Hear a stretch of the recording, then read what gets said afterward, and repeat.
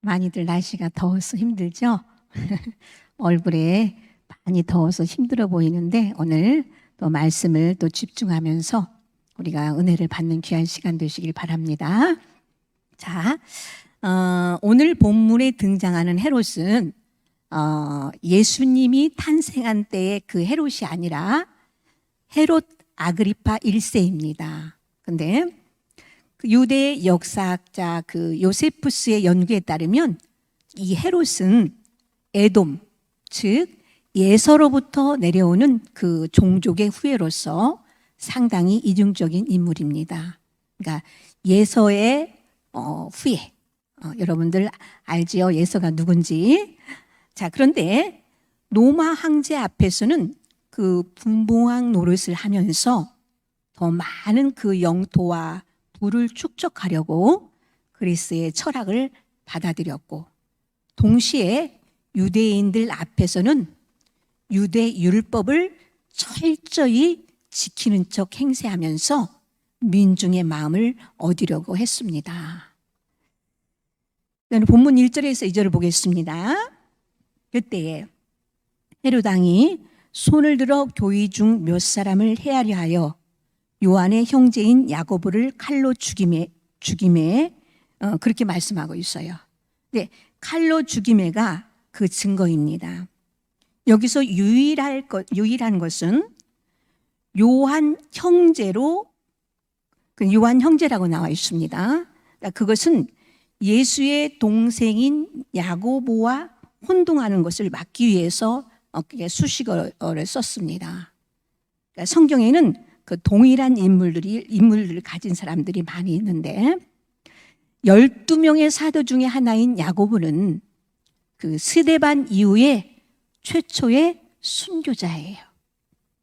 본래 유대인의 사형 제도는 공개적으로 돌을 던져 죽이는 그러한 투척형이 있어요.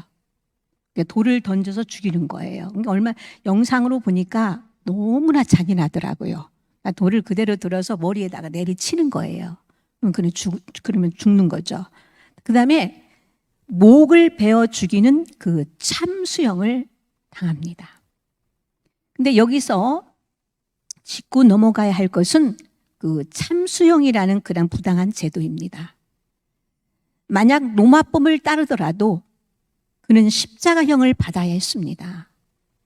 이처럼 헤롯은 적법한 그 재판 없이 대중의 감정적 그 여론만을 쫓아서 그를 무참히 참수한 것입니다.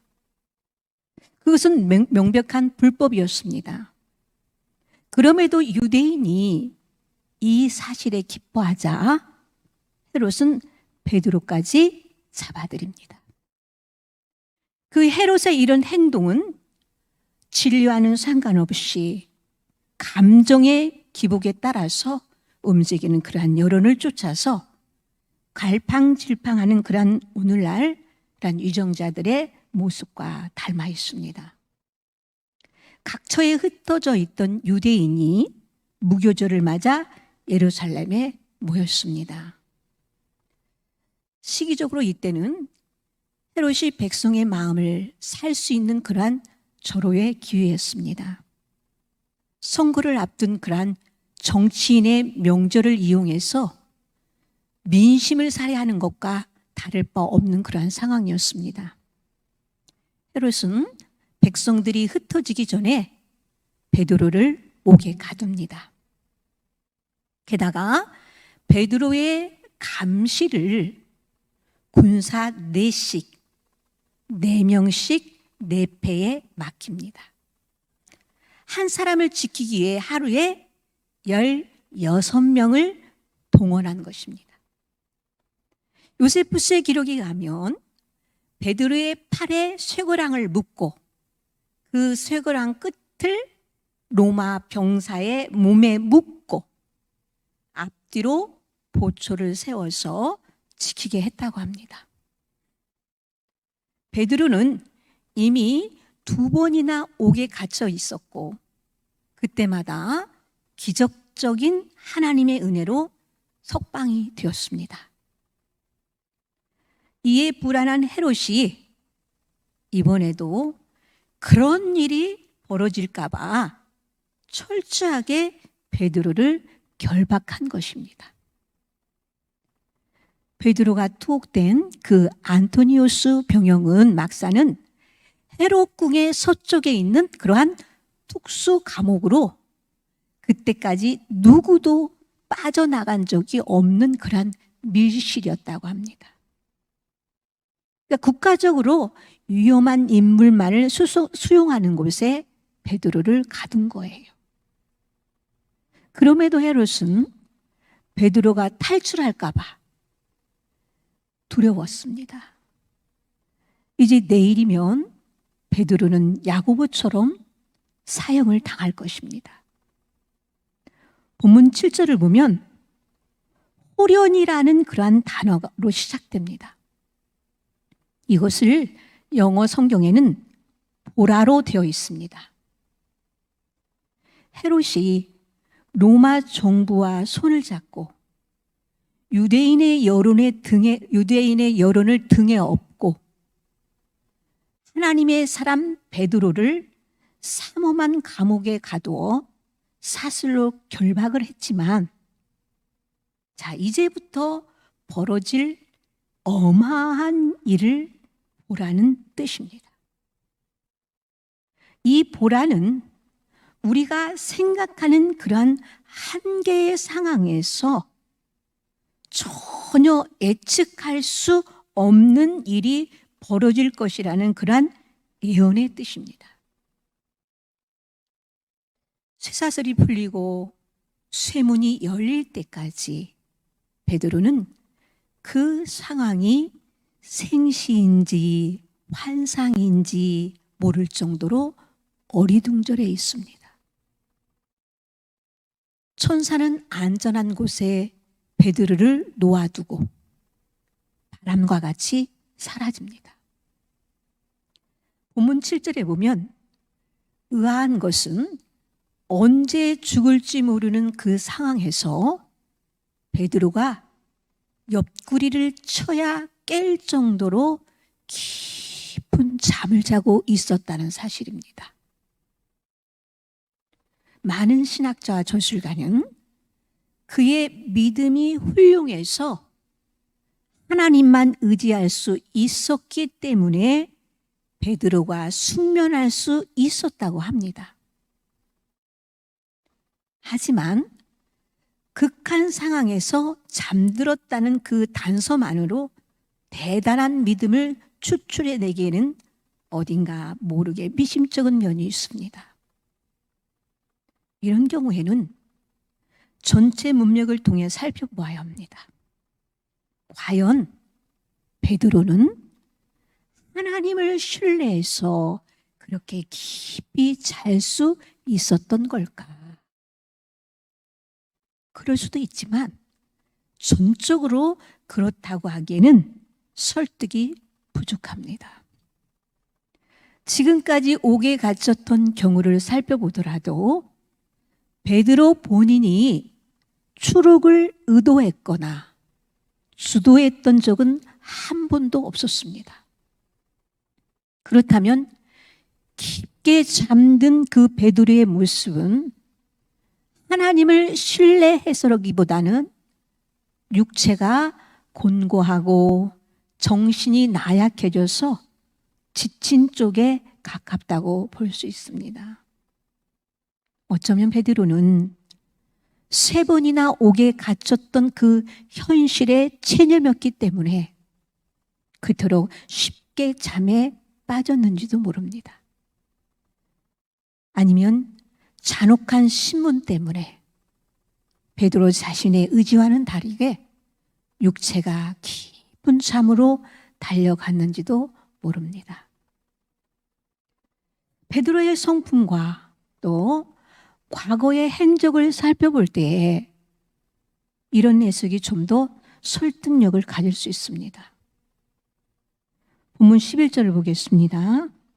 이에 베드로가 정신이 들어 이르되 내가 이제야 참으로 주께서 그의 천사를 보내어 나를 헤롯의 손과 유대 백성의 모든 기대에서 벗어나게 하신 줄을 알겠노라 하여. 자, 이제야 참으로라는 구절에서 알 수 있듯 베드로는 천사가 사라진 후에야 하나님이 하신 일을 깨닫습니다. 추록 이전에 베드로가 하나님을 신뢰했기 때문에 잠들었다는 해석이 옳지 않음은 이 부분을 통해 짐작할 수가 있는 거예요. 베드로의 추록은 베드로의 의지가 아니라 철저한 하나님의 주도로 이루어졌습니다. 여기서 우리는 한 가지 질문을 던져야 합니다. 하나님은 왜 베드로를 구하셨을까? 상식적으로 생각하면 사랑하기 때문이라고 할 수 있습니다. 하나님의 백성이 고난 가운데 놓였을 때에 하나님은 백성을 사랑하셨기에 그곳에서 구원하신 것입니다. 우리가 흑암의 전쟁에 놓여 있고 구덩이에 던져짐을 당할지라도 하나님은 불가능의 벽을 허물고 우리를 건지십니다. 그것은 우리를 사랑하시기 때문입니다. 그런데 하지만 하나님이 베드로를 건지신 데에는 사랑 말고 또 다른 이유가 있습니다. 그 이유를 찾기 위해 우선 야고보의 죽음을 살펴보겠습니다. 하나님이 베드로를 사랑하여 생명을 구하셨다면 야고보는 사랑하지 않았는가? 우리가 이런 질문을 할 수 있죠? 비슷한 경우라도 그 결과가 다를 때 우리는 혼란에 빠집니다. 게다가 전지전능한 하나님의 일이라면 더욱 그러합니다. 하나님은 누군가의 순교는 바라보시고 누군가는 몇 번이나 목숨을 구해주셨습니다. 성경에는 우리의 지혜로 설명할 수 없는 그러한 일들이 허다하게 벌어지고 그럴 때마다 우리는 어떤 방향으로 생각을 옮겨야 할지 가닥을 잡지 못합니다. 하나님을 당연히 야고보를 살릴 수 있으셨습니다. 하지만 사람의 힘으로 도저히 구할 수 없었던 베드로는 천사까지 동원하여서 구해주셨는데 야고보는 살리지 않으셨습니다. 초대교회의 첫 순교자로 야고보를 택하셨기 때문입니다. 야고보의 생명을 거두어간 것, 베드로를 3번이나 구한 것, 그 모든 일에는 하나님의 뜻이 담겨 있습니다. 비슷한 상황에서 전혀 다른 일이 벌어진 것이 또한 하나님만의 지혜에서 비롯된 것입니다. 삶이 복이고 죽음이 고통이라는 생각은 세상의 기준에서 나온 것입니다. 영적인 기준으로 볼 때에 삶과 죽음의 갈림길은 철저히 하나님의 손에 붙들린 것입니다. 우리가 이 땅에 남아있는 이유는 크게 2가지입니다. 하나는 아직 하나님 나라로 들어갈 실력이 안 되기 때문이고, 다른 하나는 우리를 통해 하나님이 하실 일이 남아있기 때문입니다. 야고보를 데려가신 것은 그를 통해 이루실 일을 완성하기 위해서고, 베드로를 구한 것은 또한 그를 통해 이루실 하나님의 사명이 있기 때문입니다.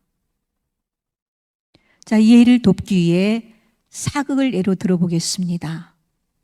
죄수를 실은 그 달구지를 포졸들이 끌고 갑니다. 포졸들은 강한 햇빛 아래 달구지와 창을 끌고 먼지를 뒤집어 쓴 채 고갯길과 황토길을 힘들게 걸어갑니다. 반면 죄수는 편안하게 앉아서 실려갑니다. 자, 여기서 죄수의 편안함은 행복이고 포졸의 불편함은 불행일까? 물론 표면적인 모습을 통해 편안함이 행복이고 불편함이 불행이라고 판단할 수 있습니다. 좀 더 먼 미래를 볼 때에 곧 죽을 죄수가 불행하고 그나마 목숨을 유지하는 포졸은 행복하다고도 할 수 있습니다. 앞서 말한 두 기준은 세상적인 것입니다. 하지만 하나님의 시선은 달라요. 이때 죄수가 가야 할 길, 죽음 이후의 세계에 대해 세상 기준은 아무런 해답을 줄 수 없기 때문입니다. 세상적인 기준으로는 죄수를 끌고 가는 그 포졸의 남은 삶을 예측할 수도 없습니다. 눈앞에 보이는 것은 잠깐의 안락함과 그리고 남은 삶 정도가 전부입니다. 하지만 하나님의 기준은 그건 너머에 있습니다. 하나님이 베드로를 사랑하셔서 건져내신 것은 당연한 이치입니다. 하지만 하나님이 베드로를 구한 그 진정한 이유는 이방 땅으로 번져가기 시작한 교회를 더욱 견고히 하기 위한 그러한 도구로 베드로를 선택하셨기 때문입니다. 베드로가 살 수밖에 없는 이유는 이 땅에서 해야 할 일이 남아있기 때문입니다. 우리는 이 땅에 있는 두 가지 이유를 명심해야 합니다. 하나는 더 빚어지고 깎이고 다듬어져야 할 그 성숙의 과제. 그 또 하나는 그것을 통해 이루실 하나님의 일 때문입니다. 그 임무를 충실히 해낸 사람은 나이와 형편에 상관없이 하나님이 부르십니다. 바울은 내가 그리스도와 합하여 하나님의 품에 거하는 것이 더 좋으나 아직 이 땅에서 해야 할 일이 남았기에 부득불 머물기를 원한다고 했습니다. 이처럼 우리 그리스도인은 생사의 구분을 초월해야 합니다. 살아서 할 일이 있고 죽어서 부름받아 갈 곳이 있는 존재가 우리 그리스도인이기 때문입니다. 우리는 삶과 죽음의 문제를 넘어서 현재의 신앙을 키워나가야 합니다. 표면적으로 예루살렘 교회는 위기에 처했습니다. 야고보가 죽었어요. 베드로마저 옥에 갇혀 죽음을 기다리고 있었습니다. 존재하느냐 사라지느냐 하는 그러한 절체절명의 위기 가운데 예루살렘 교회인이 할 수 있는 일은 간절히 기도하는 것 외에는 없었습니다. 교회가 위기가 찾아온다면 우리가 할 일 또한 기도뿐입니다. 하지만 우리에게 웬만해서는 절제절명의 위기가 찾아올 기미는 보이지 않습니다. 그런 이유로 말씀을 듣는 시간, 또 성경 공부하는 시간에 비해 기도 시간이 점점 줄어들고 있습니다. 위기가 없기에 기도하지 않는 것인지, 간절히 기도하지 않기 때문에 애초에 위기가 찾아오지 않는 것인지, 그 전후가 불분명한 정도로 평온하고 배부른 그러한 신앙생활을 할 수 있는 환경이 찾아왔습니다. 교회와 성도의 삶 속에 예루살렘 교인과 같은 그러한 절박성이 사라지고 있다는 것입니다. 이것은 대단한 영적 손실입니다. 1907년 평양에서 시작된 그러한 한국교회는 기도하는 자리에 있었습니다. 그러나 지금은 모든 것이 녹록해졌고 절박한 일들이 점점 줄어들면서 더 이상 기도하지 않습니다. 우리가 얼마나 15년 전에만 해도 20년 전에만 해도 그냥 기도원에 가기 위해서 기도원에 가서 기도하며, 저도 월요일이면은 강화 만이산 기도원에 자주 갔어요. 이제 깊이 주님과 함께 조용한 가운데 만나는 시간을 갖기 위해서 이제 월요일 쉬는 날에는 기도원에 그렇게 찾아가고 사모했는데 요즘은 한 번도 안 간 것 같아요. 저만 봐도 그래요. 근데 여러분은 또 오직 가겠습니까? 너무 기도하기를 했을 때 우리가 기도원들을 얼마나 많이 찾아갔고, 그런데 지금은 그런 기도 왕성하게 부흥됐던 기도원들이 요즘은 이제 다 폐가가 저기가 됐죠. 없어지고. 자, 그런 영적인 굶주림, 애통하는 기도, 그 간절한 기도를 되찾아야 합니다. 고난이 사라졌기 때문에 간절한 기도도 사라졌다는 것은 참으로 아이러니한 일입니다. 그것은 고난이 닥쳐야 간절한 기도가 따라온다는 말과도 같은 그러한 이치이기 때문입니다. 일제강점기, 한국전쟁과 같은 그러한 역사의 고통에는 울부짖는 그러한 기도가 있었습니다. 그 모든 것이 지나고 난 그러한 지금은 어떻습니까? 기도하지 않습니다. 기도의 회복은 그런 사건이 벌어지기 전에 이루어져야 합니다. 동난을 겪으면서는 부르짖음의 기도가 있었습니다.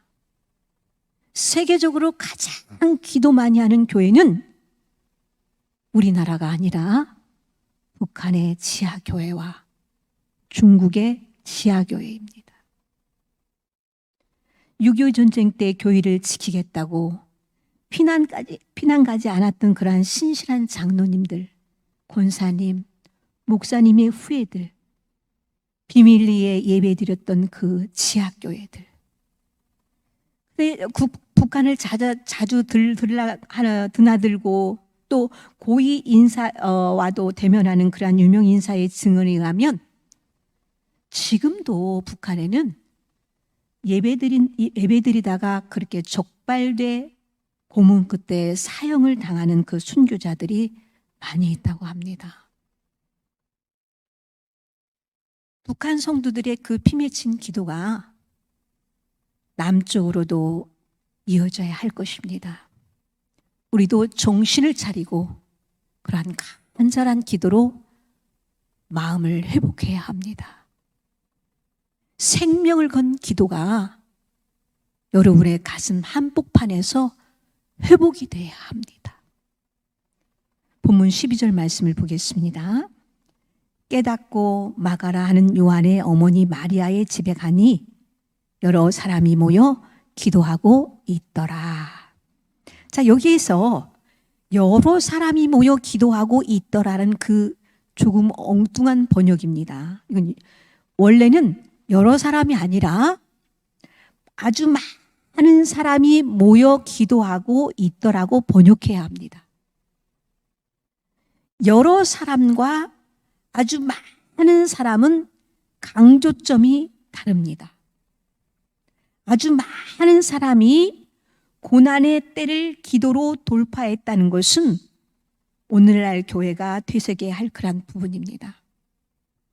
그들이 기도할 때 베드로가 기도의 처소로 와서 문을 두드렸고 노대라는 처녀아이가 베드로의 음성인 줄 알고 너무 기뻐서 문을 열지 않은 채 안으로 들어갔습니다. 베드로가 지금 대문 밖에 와 있습니다 라고 말하자 사람들은 노대에게 미쳤다고 합니다. 헬레어 마이네는 내가 미쳤다라는 그런 뜻인데 이 단어 원형 마이노마이는 제정신이 아닌 듯이 말하는 자를 가리켜서 쓰이는 말로 미치다, 헛소리한다 그런 뜻이 있습니다. 그러니까 놀라운 것은 기도가 실제로 이루어졌음에도 그 사실을 믿지 못하는 사람들입니다. 그리고 더 놀라운 것은 그런 사람들을 알고 있음에도 기도에 응답하시는 하나님입니다. 우리가 기도한다고 해서 하나님이 무조건 응답하는 것은 아닙니다. 하지만 이런 미미하고 엉터리 같은 기도라도 그것을 들으시는 하나님은 그 기도의 근거와 목적에 귀를 기울이십니다. 어떤 작은 소리를 할지라도 우리가 기도하면 하나님이 들으시고 하나님의 뜻대로 그 일을 행하십니다. 그 행하시는 하나님을 믿으시기 바랍니다. 베드로의 그 추록을 위해 기도하면서 그 일이 이루어질 것이라고 믿지 못했던 사람들처럼 우리 또한 지금 기도가 이루어지지 않을 것이라고 생각하고 있는지도 모릅니다. 그럼에도 그 기도를 들으시고 행하시는 분이 바로 하나님이시므로 우리는 기도할 뿐입니다. 바라옵기는 믿음으로 영적인 굶주림, 애통하는 기도, 또 간절한 기도를 되찾으시기 바랍니다. 목사님께서 금요일마다 여러분에게 말씀하시죠. 초청하시죠. 물론 여러분들이 허리도 아프고 무릎도 아파서 그 초청의 자리에 순종하지 못하지만 그러나 여러분의 자리에서 그 자리에서 여러분의 태도가 마음이 하나님과의 기도의 소통을 위해서 부르짖는 성도들이 되시기 바랍니다. 그때 성령의 역사가 있을 줄 믿습니다. 자, 이제 우리 교회도 기도가 많은 사람들이 여러분의 기도의 문이 열려짐으로 하나님 앞에 믿음으로 기도함으로 모두가 응답받는 그러한 성도들의 삶이 되시기를 주님의 이름으로 축복합니다.